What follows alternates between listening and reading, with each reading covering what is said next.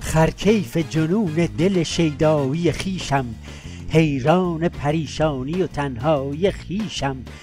با اینکه لجنمال و عباپوش حقیرم، خرسندم و دنبال پول چایی خویشم.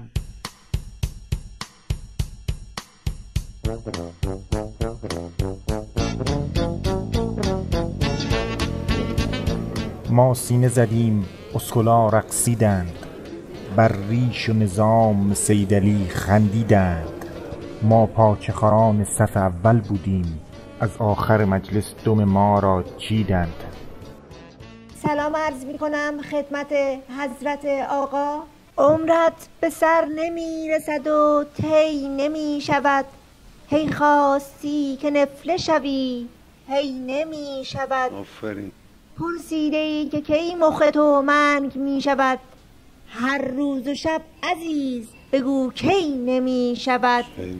راهیست راه گور که باید به سر دوید، با سری دویدن و لیلی نمی شود. انشاءالله.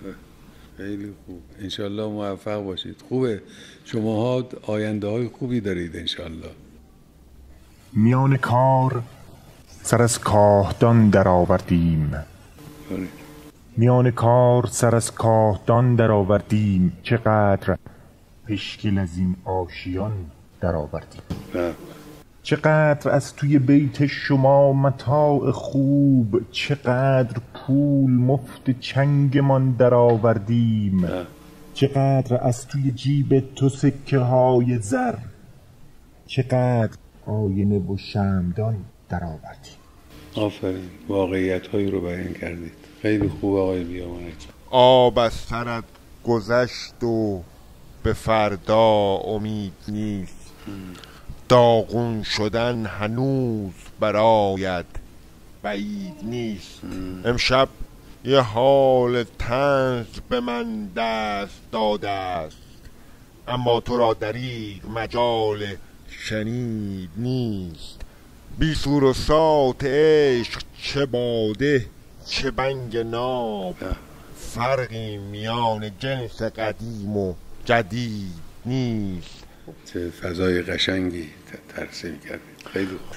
57 باز سر کوچه نشسته است، چیزی به جز قیام جوانان پدید نیست. آفرین آفرین آفرین، خیلی خوب، دست شما درد نکنه.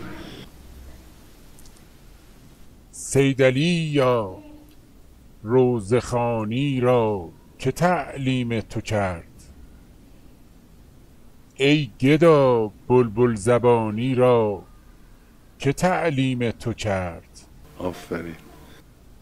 روزخوانی گر نباشد زندگی پژمردگی است، راه و رسم روزخوانی را که تعلیم تو کرد. آفرین آفرین آفرین، خیلی خوب خیلی خوب خیلی خوب.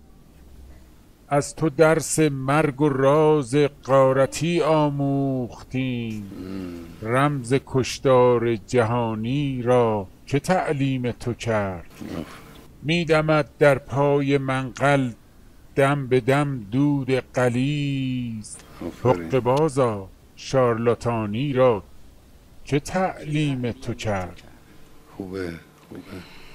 در جواب هرچه پرسیدم تبسم کرد و گفت عادل این پاچه خورانی را که تعلیم تو کرد.